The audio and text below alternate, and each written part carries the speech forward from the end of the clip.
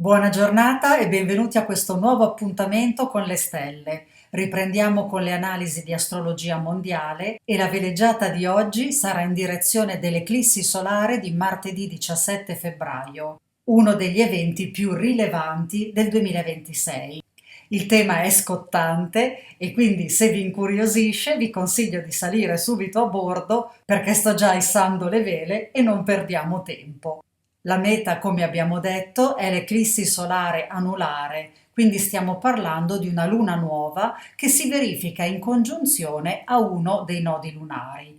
In questo caso è il nodo nord e lo potete vedere a video. Come sempre pubblico le carte in modo che chi lo desidera possa seguirmi nell'interpretazione. Nella carta possiamo osservare il Sole e la Luna a 28 gradi dell'Acquario in congiunzione al nodo lunare nord. La Sigizia è retta da Saturno che si colloca in Ariete, è congiunto a Nettuno e si trova al vertice del piccolo triangolo armonico formato dai sestile di Urano e Plutone e dal trigono tra questi ultimi due pianeti. Sole e Luna sono in congiunzione larga a Marte, anch'esso in Acquario, e formano un T quadrato con Urano e Lilith. Venere è in Pesci ed è perfettamente congiunta al nodo nord e in trigono a Giove. E Giove a sua volta è inserito in un grande trigono con Mercurio e la Luna nera. Bene, questa è in sintesi la descrizione della carta. Come sappiamo, ogni luna nuova deposita il seme di qualcosa che si manifesterà con la successiva luna piena. Ma in costanza di un'eclissi solare l'effetto è più potente, di solito causa qualcosa di improvviso e inaspettato e spesso ha una tempistica più lunga. A differenza dell'eclissi lunare che tende a riversare sulla Terra energia oscura, l'eclissi solare tende a far espellere dalla Terra sostanze astrali, diciamo intrise di malvagità. Quindi l'effetto sul lungo termine può anche dirsi positivo, ma il fenomeno in sé resta comunque destabilizzante perché provoca crolli e sconvolgimento a livello del pianeta. C'è da dire che questa eclissi solare si verifica in corrispondenza del nodo nord, ossia la testa del drago, che è considerato un piccolo Giove per la sua natura espansiva. Questo però non significa che avrà necessariamente una natura benefica, quanto invece che accrescerà la portata degli eventi. È pur vero che tali eventi vanno in direzione del Dharma, la testa del drago, quindi diciamo a favore del cammino evolutivo e spirituale dell'umanità e a favore dello sviluppo di qualità morali e di una certa rettitudine. Ma seguire la via della virtù non è affatto semplice e spesso comporta molte fatiche, oltre alla necessità di affrontare e superare fasi di grande caos e di intensa crisi. E questo vale sia per il singolo sia sul piano collettivo, ma mentre il singolo cresce ed evolve attraverso le prove della vita, la collettività non ha questa capacità intrinseca perché non è un organismo unico, è un insieme di persone e quindi tende di per sé a lacerarsi quando ci sono degli eventi che sconvolgono la pace e la tranquillità. Quindi in sintesi diciamo che possiamo leggere l'eclissi solare al nodo nord come un nuovo inizio che però prima di potersi manifestare necessita di una fine, di una rottura, di un'azione di pulizia, diciamo. Dobbiamo pertanto aspettarci circa un semestre di avvenimenti bruschi e inattesi, richiamati appunto dall'eclissi solare, a carattere collettivo che faranno crescere le cose in maniera rapida perché ce lo indica il nodo nord e che spesso causeranno instabilità soprattutto sul piano sociale e politico, ovvero l'acquario, e finanziario indicato da Urano in Toro e da Lilith in Scorpione e nei teatri bellici come ci segnalano Saturno e Nettuno in Ariete. Subbuglii e riassestamenti riguarderanno sia la politica interna di molti stati, e lo vediamo da Giove in Cancro, sia le relazioni internazionali e gli enti collettivi, le istituzioni come possono essere la NATO, l'ONU, eccetera, e questo ce lo indica Plutone in Acquario. Dal punto di vista delle guerre, il trambusto sembra tuttavia finalizzato al tentativo di raggiungere accordi di pace, in quanto troviamo ancora i luminari tra Marte e Venere, con quest'ultima congiunta al nodo nord. Però le intese diplomatiche non sono affatto semplici, perché oltre alle divergenze di vedute politiche e anche quelle relative al tipo di ordine mondiale che dovrà instaurarsi d'ora in avanti, il mondo deve far fronte a una delle crisi economiche e finanziarie più serie in assoluto. Ne ho già parlato in video precedenti e non mi ripeterò, ma qui faccio notare che il T quadrato tra i luminari Urano e Lilith evidenzia in maniera direi quasi sfacciata questo problema, che forse è il primo a richiedere la necessità di un'espulsione violenta e radicale dal pianeta Terra di una quantità di energia perversa, di pensieri spietati e anche di intenti che potrei definire disumani. Anche perché, e qui vale la pena dirlo, anche se non mi piace molto rovistare nel torbido, l'ottava inferiore di Lilith in Scorpione non parla soltanto di finanza, ma lega insieme anche la politica, gli intrighi, il sesso, i servizi segreti, le manovre occulte e quanto di losco, torbido e immorale l'umanità possa concepire e possa fare. Personalmente vedo con favore la quadratura che dall'Acquario Marte forma alla Luna nera in Scorpione, perché è come se sferrasse un colpo a questo sistema di cose, scoperchiando un vaso di Pandora con dentro tutti i mali del mondo. E di contro mi preoccupa molto quel grande trigono tra la Luna nera, Mercurio e Giove, perché mostra una sintonia sinistra tra il marcio del mondo identificato qui da Lilith, i mezzi di informazione che vediamo rispecchiati in Mercurio e la classe borghese che vediamo espressa da Giove. E in questo trigono queste tre forze si spalleggiano e si proteggono a vicenda, cercando di occultare e di manipolare ciò che Marte invece avrebbe cercato di portare o sta cercando di portare allo scoperto. Per quanto sia difficile trovare una quadra sulla quale dovranno comunque lavorare volenti o nolenti i capi di Stato e tutti i personaggi influenti su questo pianeta, direi che una chance potrebbe profilarsi in autunno, quando Giove andrà a posizionarsi sul punto di riequilibrio di questo T quadrato, ossia nell'ultimo decano del Leone. Ben inteso che prima dobbiamo passare attraverso l'altro grande evento dell'anno, che sarà l'eclissi totale di Sole del 12 di agosto. Ma di questo ne parleremo più avanti. Prima di proseguire, se apprezzate il mio lavoro di divulgazione, vorrei invitarvi a mettere mi piace, a lasciare un commento e a iscrivervi al canale, attivando la campanella per non perdere i prossimi appuntamenti e per far crescere il nostro meraviglioso gruppo. C'è anche la possibilità di abbonarsi e sostenere il canale con una piccola donazione. Intanto un grazie di cuore a chi si è già iscritto o abbonato e grazie a chi vorrà unirsi oggi alla compagnia. E ora riprendiamo il nostro viaggio tra le stelle. Restando sul tema di oggi, quindi aspettiamoci mare mosso, consapevoli che si potranno eliminare delle negatività, ma non tutto ciò che vedremo accadere sarà a fin di bene, perché un'eclissi ha pur sempre in sé una parte d'ombra e non possiamo trascurare questo fatto. Tra l'altro, in occasione della successiva luna piena, che sarà martedì 3 marzo, avremo un'altra eclissi, questa volta lunare e totale, con la luna in congiunzione al nodo sud. Anche in questo caso potete vedere la carta dell'evento a video e qui è curioso notare che entrambe le eclissi si verificano di martedì.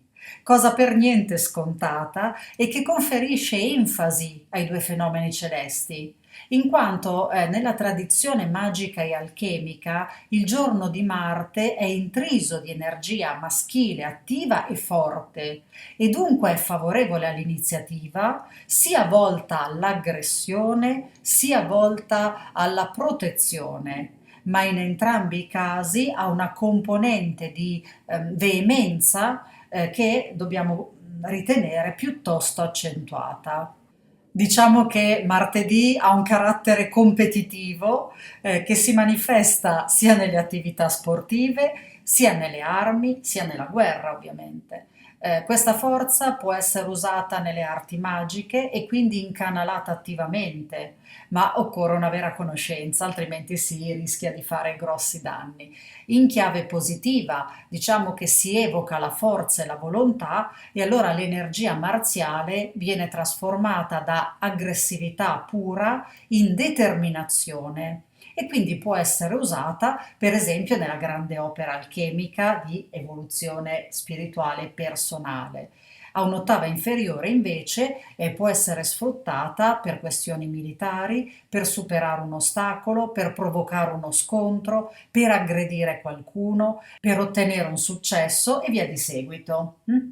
Per la nostra analisi, trattandosi di fenomeni celesti da interpretare su scala mondiale, noi dobbiamo limitarci all'interpretazione, diciamo, passiva, ovvero dobbiamo cercare di capire come questa energia possa riflettersi sulla Terra in occasione di un'eclissi di Sole e di un'eclissi di Luna, pur tenendo conto che qualcuno ai posti di comando potrebbe anche sfruttare attivamente queste energie per scopi personali con riflessi sul collettivo. Però questa è una, diciamo, un'attività magica, un'attività alchemica, non è frutto dell'evento celeste fine a se stesso. Questa energia marziale, tra l'altro, la ritroviamo anche nel linguaggio astronomico, dove le due eclissi sono proprio pregne della forza dell'elemento fuoco. Quella solare è chiamata infatti l'anello di fuoco, perché la Luna coprirà il centro del Sole, oscurando il 96% della superficie visibile e lascerà un anello luminoso lungo il bordo. In realtà noi questo anello di fuoco non lo potremo vedere perché il fenomeno sarà visibile soltanto sull'Antartide remota e in alcune aree oceaniche vicine, ma l'influsso non sarà assolutamente circoscritto. Per essere più precisa, devo dire che l'eclissi parziale sarà visibile in alcune parti dell'Africa australe e nell'estremo sud del Sud America, ma ripeto, l'effetto sarà molto più esteso e fra poco cercheremo di individuare le zone più sensibili attraverso dei calcoli astrologici. Tra l'altro questa eclissi dà il via a una serie di 3 eclissi anulari in 3 anni consecutivi, ovvero quella che stiamo esaminando adesso, che possiamo interpretare quasi come un'apertura silenziosa, visto che la vedranno praticamente soltanto i pinguini.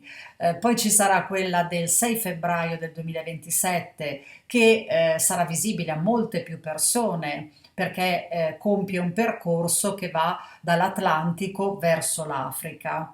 E infine avremo quella del 26 gennaio 2028 che sarà pienamente visibile in Spagna, Portogallo, Marocco e in alcune zone dell'America Latina e parzialmente in gran parte dell'Europa. Quindi qua ci sarà il gran finale dove tutti potranno vedere queste eclissi spettacolari. L'elemento fuoco è poi rimarcato nel linguaggio astronomico anche a proposito dell'eclissi lunare, che è detta luna di sangue, perché quando la Terra si interpone tra la Luna e il Sole, oscura il nostro satellite, ma non lo fa sparire del tutto. In pratica la Terra blocca la luce solare diretta, ma una piccola parte della luce viene rifratta dall'atmosfera terrestre e raggiunge comunque la superficie della Luna. L'atmosfera del nostro pianeta disperde la luce di colore blu, ma lascia passare la luce di colore rosso e questo tinge il disco lunare appunto di rosso.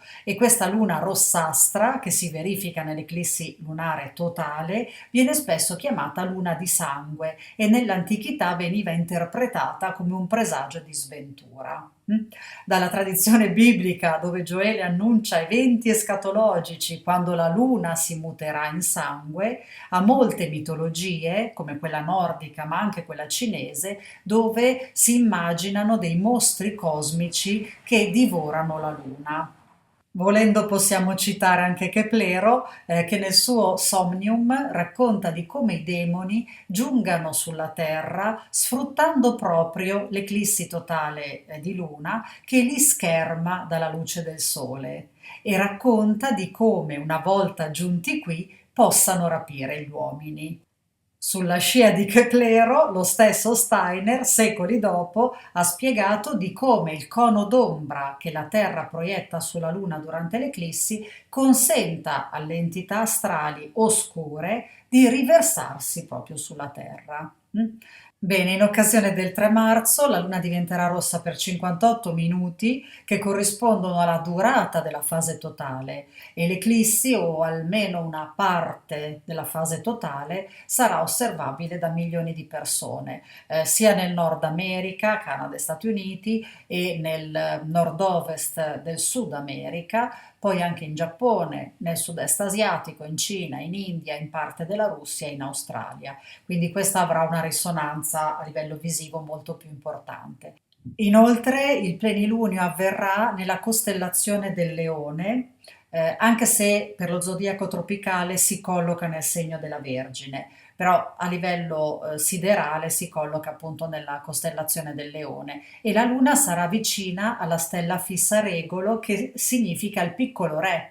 Regolo è una stella benefica della natura di Giove e Marte e spesso indica una grande ascesa, ma in alcuni casi può segnalare anche una spettacolare caduta e in questo caso personalmente propendo per la seconda ipotesi, che potrebbe sì associarsi anche a un'ascesa, all'ascesa di un personaggio o di una nazione, ma qui va sottolineato che l'ascesa deriva o dipende dalla caduta di qualcuno o di qualcosa, quindi la caduta di un capo di Stato, di un presidente, di un rappresentante di un'istituzione e via di seguito, oppure dalla disfatta di una nazione o di un ente. Il perché di questa mia interpretazione è presto detto, infatti se osserviamo la carta siderale eretta per Greenwich, che proietto a video, vediamo che la Luna e il nodo lunare sud sono in congiunzione al fondo cielo, a indicare il probabile declino di uno o più governanti o di soggetti similari o di una nazione o di un'organizzazione internazionale. Potremmo entrare maggiormente nel dettaglio dell'analisi, ma mi fermo qui perché voglio concentrarmi sul tema di oggi, che è l'eclissi solare del 17 febbraio. Ho fatto però questo accenno alla successiva luna perché aiuta a trarre delle conclusioni, a dedurre degli elementi che potranno poi servire proprio per l'analisi di oggi. Quindi torniamo a noi e notiamo che già a una prima e veloce analisi tutto concorre a rimarcare l'impatto fortissimo che questi moti planetari avranno sulla Terra. Infatti possiamo tranquillamente dire che quando una lunazione inizia con un'eclissi e culmina con un'altra eclissi, c'è una tendenza a segnalare settimane o addirittura mesi molto intensi.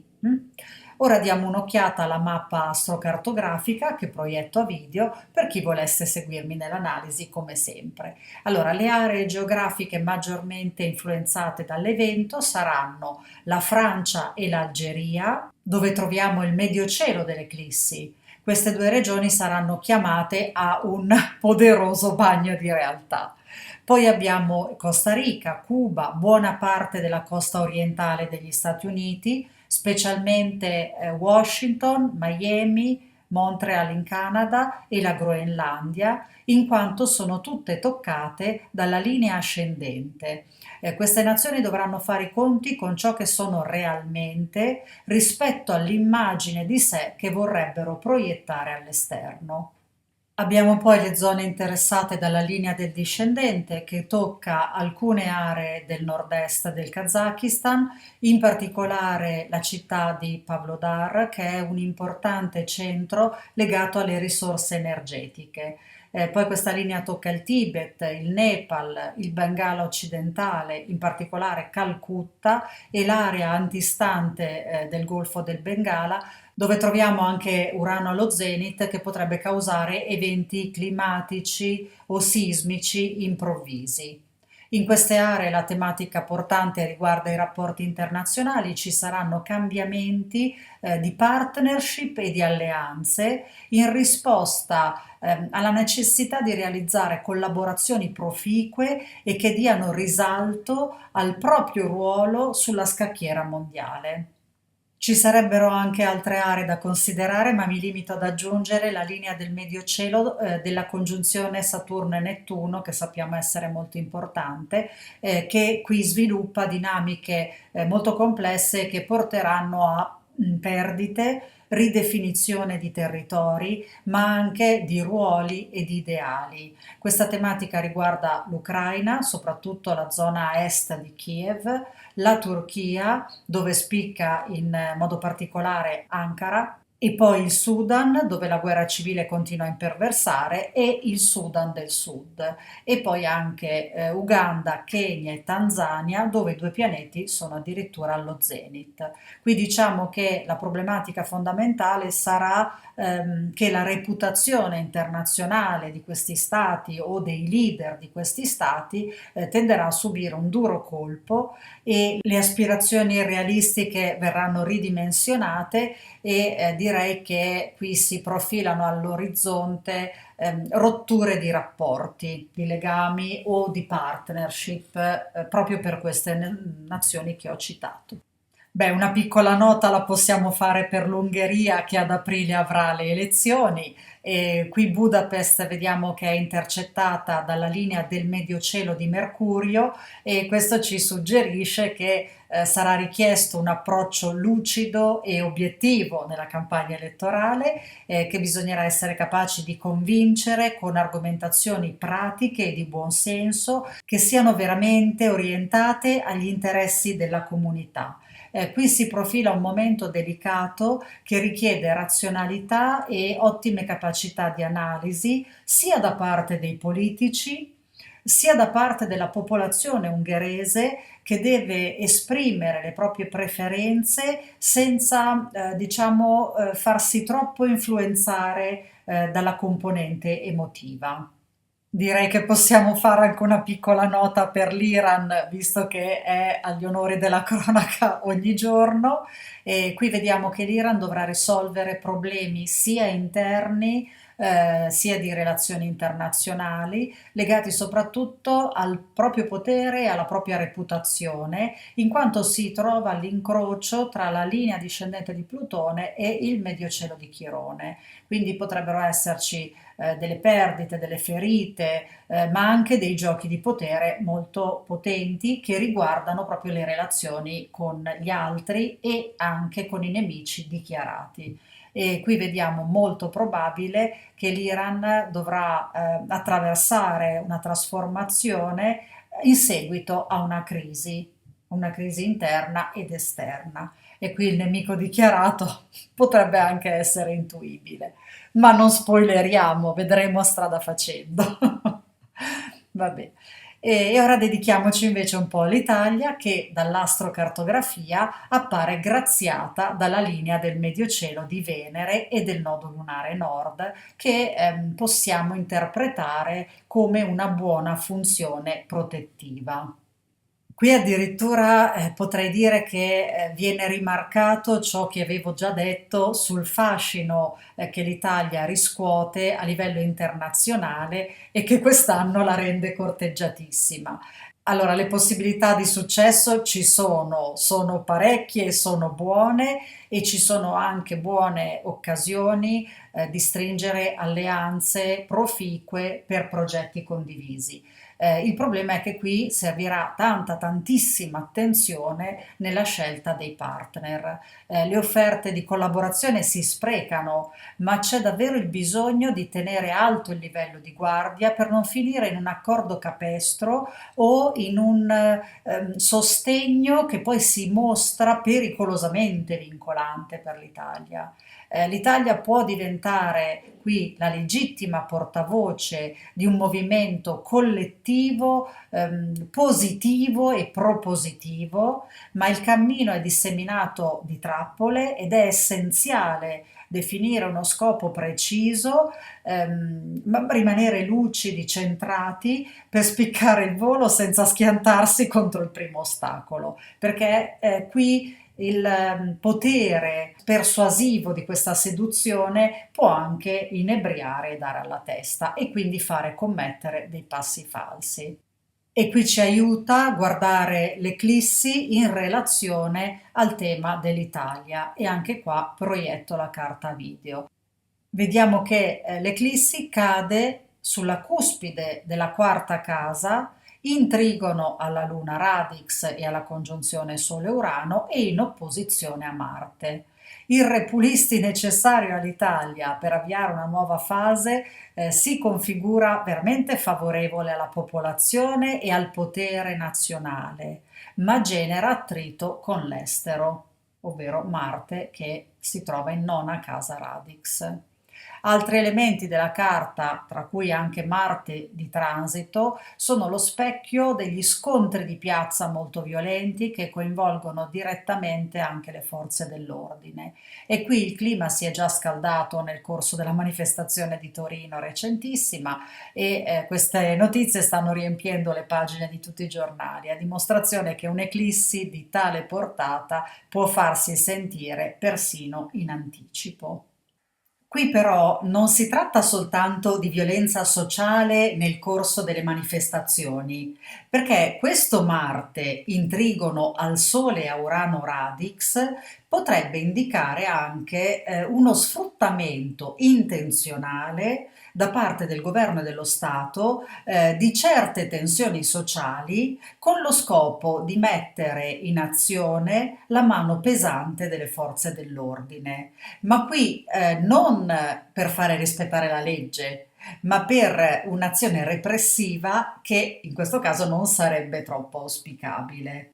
E d'altra parte il trigono di Marte alla Luna lascia intuire che la popolazione, stanca di tanta delinquenza nelle proprie strade, potrebbe addirittura salutare con favore questo nuovo indirizzo, almeno nel presente, senza rendersi conto che nel futuro potrebbe comportare qualcosa di non particolarmente piacevole. Qui potrebbe mancare la consapevolezza perché la popolazione si trova di fronte a una urgenza oggettiva di troppa delinquenza, troppa violenza, troppa paura e quindi chiede l'uso della forza, ma poi questa stessa forza un domani, non troppo lontano, potrebbe riversarsi contro lo stesso popolo, la stessa popolazione italiana. Mm? Qui però ci sarebbe anche da considerare che il Marte dell'Italia in nona casa non parla soltanto di scontri, di guerre, di forze dell'ordine, ma parla anche di sport. E proprio nei giorni dell'eclissi si svolgeranno i Giochi Olimpici invernali e quindi parte dell'effetto dell'opposizione potrebbe scaricarsi sullo sport al posto che sulla violenza sociale o sulle questioni belliche. Diciamo che potrebbe alleggerire il peso delle problematiche della violenza sociale e della guerra. Per finire non posso evitare di citare il referendum giustizia, che qui cade proprio a fagiolo e si svolgerà il 22 e il 23 di marzo, se non ricordo male, e siamo ancora pienamente nell'onda di queste due eclissi e quindi diciamo che questo referendum si presta a scatenare dibattiti accesissimi e anche a riservare qualche sorpresa strada facendo o forse all'esito del referendum. Passiamo a dare un'occhiata anche al tema della Meloni.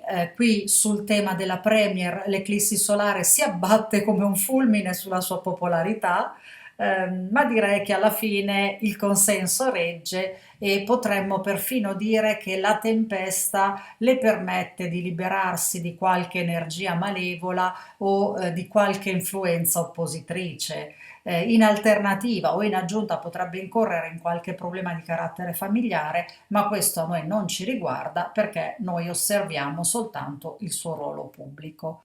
Più insidiosa si mostra invece l'eclissi lunare del 3 di marzo, che anche qua proietto a video. Ovviamente è più insidiosa per la Meloni, ma non in sé per sé, ma in relazione alle sorti dell'Italia. Perché questa eclissi potrebbe rendere la Premier vittima di proposte ingannevoli e potrebbe predisporla a cadere in qualche trappola oppure a subire un attacco politico di discrete proporzioni. Anche in questo caso credo che cascherà in piedi, ma lo scossone si direbbe notevole. Qui chiudo con la Premier perché volevo fare solo un accenno, ma prima di proseguire è d'obbligo un piccolo inciso per gli studiosi di astrologia che non si troveranno con il tema della Meloni. Beh, avete ragione, questo non è il tema della Meloni considerato ufficiale, perché ho ricalcolato l'ora di nascita, dato che l'ascendente Leone a me non convinceva. Secondo i miei calcoli l'ascendente è Cancro, ma avremo modo di parlarne più avanti, magari affrontando l'esame del suo tema e in quell'occasione magari contestualizzerò e spiegherò in che modo ho verificato anche l'ascendente Cancro, le nuove case con gli eventi che l'hanno coinvolta almeno nel recente passato. Ovviamente la mia è un'ipotesi e non pretendo sia giusta al 100%, ma dato che l'orario era ignoto, sempre di congetture si tratta. Bene, quindi torniamo alla nostra eclissi. Dal punto di vista alchemico, la perfetta congiunzione di Sole e Luna rappresenta una vera ierogamia, ovvero le nozze sacre tra il principio solare maschile e fecondante e il principio lunare femminile e ricevente. Ed è per questo che la luna nuova predispone sempre a una nuova nascita. Ma come sempre accade, ogni nascita è correlata alla morte. Affinché qualcosa possa nascere, qualcos'altro deve morire. E non mi riferisco al proverbio popolare una vita per una vita. No, qui intendo che se ci pensiamo, la nascita predispone a un passaggio di dimensione e quindi ciò che nasce sul piano fenomenico è come se morisse sul piano spirituale e viceversa, quando si muore al mondo fisico, si nasce a quello metafisico. E come abbiamo detto prima, l'eclissi accentua questa simbologia e per di più la tinge di tinte abbastanza fosche e quindi possiamo dire che si preannuncia una fine rumorosa che precede un inizio altrettanto rumoroso. Quindi le eclissi riverberano sempre sulla scena mondiale e tendono a dare un'accelerazione agli eventi, quindi le cose finiscono e iniziano bruscamente. Ma non sempre l'evento clou si produce nel giorno esatto dell'eclisse o nei 2 o 3 giorni che precedono e che seguono. Lo abbiamo già accennato, ma ci tengo a sottolinearlo per capire veramente come si sviluppa, come si svolge l'effetto di un'eclissi e quindi gli eventi o l'evento clou può accadere un mese prima, un mese dopo, addirittura a parecchi mesi di distanza. Diciamo che a parecchi mesi di distanza di solito tende ad avvenire dopo, mentre in anticipo può essere più o meno un mese e mezzo. Di solito si considera che l'influsso possa estendersi, come abbiamo detto, circa 6 mesi. Secondo alcuni la durata va invece calcolata in base alla durata dell'eclissi, dei minuti dell'eclissi o ancora in funzione di altri calcoli astrologici. Le variabili cambiano a seconda delle scuole di pensiero, ma tutte concordano sul fatto che la tempistica si dilata e l'azione può essere più o meno intensa, sì, in base alla visibilità, ma attenzione perché la visibilità dell'evento non circoscrive esattamente le località. Può rendere gli eventi più intensi in alcune aree, ma l'azione di riverbero di un'eclissi non si limita mai alle zone geografiche in cui il fenomeno astronomico è visibile. Gli avvenimenti possono essere sia di tipo naturale, come terremoti o eventi climatici estremi, sia di tipo, diciamo, umano, come colpi di Stato, manifestazioni, guerre e via di seguito. In linea di massima va considerato che gli effetti hanno sempre ripercussioni appunto su scala globale, anche quando sembrano avvenire in una sola località, in una zona circoscritta. Per esempio, se crolla un governo o se scoppia un conflitto, questo ha effetti che interessano un po' tutto il globo e non soltanto il singolo Stato o le nazioni coinvolte direttamente nello scontro. Ora, questo vale in via generica, tuttavia è possibile calcolare alcune zone di interesse attraverso vari calcoli astrologici, per esempio erigendo la carta di un'eclisse per diverse nazioni, oppure incrociando la carta del fenomeno con il tema di nascita degli stati, o ancora attraverso l'astrocartografia. Insomma, le tecniche sono molte, prevedono lavori più o meno lunghi, più o meno complessi. Io, come avete visto, ho utilizzato l'astrocartografia per individuare alcune zone a livello globale e poi ho eretto la carta per l'Italia che ci riguarda un po' più da vicino. Ma ci si può davvero addentrare in ricerche sempre più capillari.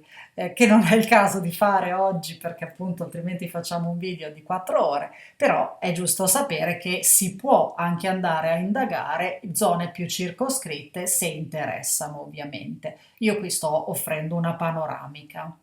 Nel caso di questa eclissi solare, quindi pur sapendo che andremo incontro sia a una conclusione sia a una nuova partenza, a mio avviso l'energia è orientata maggiormente a un inizio, dato che Saturno, maestro della Sigizia, si trova all'inizio di un segno cardinale e quindi sottolinea, segna, rimarca veramente i nuovi inizi e il rinnovamento. È da notare infatti che proprio il 14 febbraio, pochissimi giorni prima dell'eclissi, Saturno e Nettuno si incontrano a 0 gradi dell'Ariete, si congiungono per la prima volta in questo segno e nel giorno dell'eclissi sono ancora in perfetta congiunzione. L'eclissi si produce dunque in un momento decisivo del quadro planetario, un momento che abbiamo più volte menzionato come attivatore di cambiamenti strutturali sul nostro pianeta.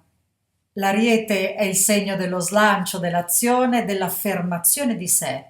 Lo slogan di questo segno può essere io nasco oppure io sono il primo, quindi dobbiamo aspettarci manifestazioni in cui viene gridato a gran voce il proprio diritto di esistere e di avere il proprio posto nel mondo. E questo può interessare uno Stato, un popolo, un gruppo sociale e via di seguito.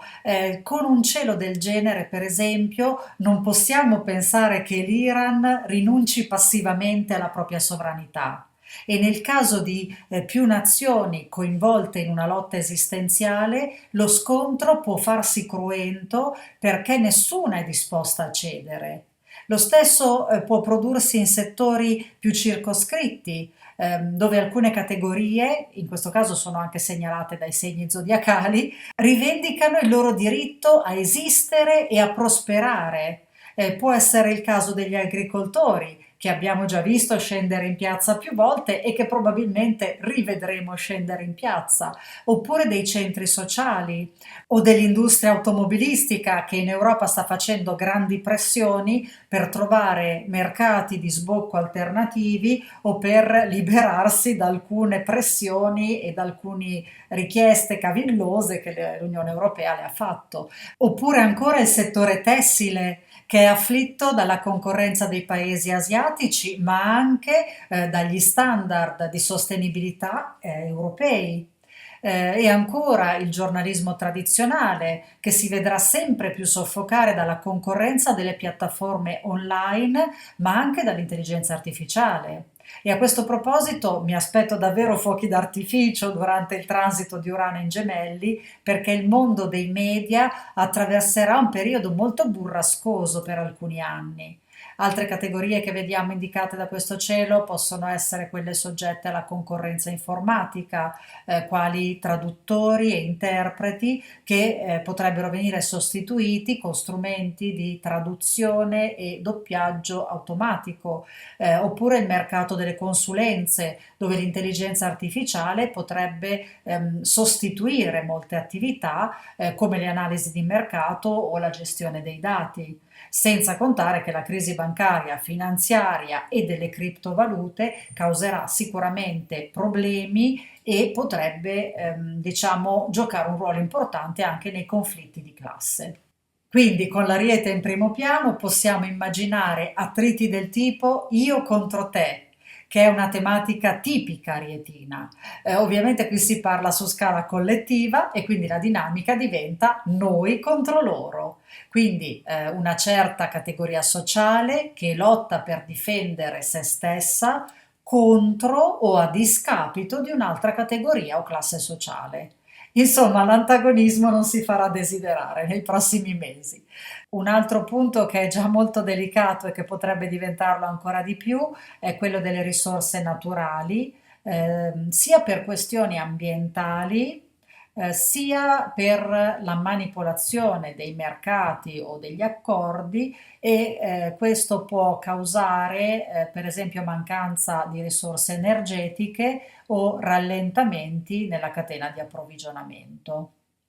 Bene, direi che abbiamo valutato un panorama piuttosto vasto, abbiamo analizzato carte, abbiamo fatto considerazioni e cercato di sviscerare un po' di quello che potrebbe appunto presentarsi nei prossimi mesi. Quindi direi che possiamo rientrare in porto e spero di non aver approfittato troppo della vostra attenzione. Quindi se l'itinerario vi è piaciuto, rinnovo l'invito a farmelo sapere nei commenti, a mettere mi piace, a dare hype, tutte le solite cose, a iscrivervi al canale, attivare la campanella per ricevere l'avviso delle prossime pubblicazioni, eccetera, eccetera. Sono stata molto contenta di stare in vostra compagnia. Grazie davvero di cuore, un immenso abbraccio e buona fortuna.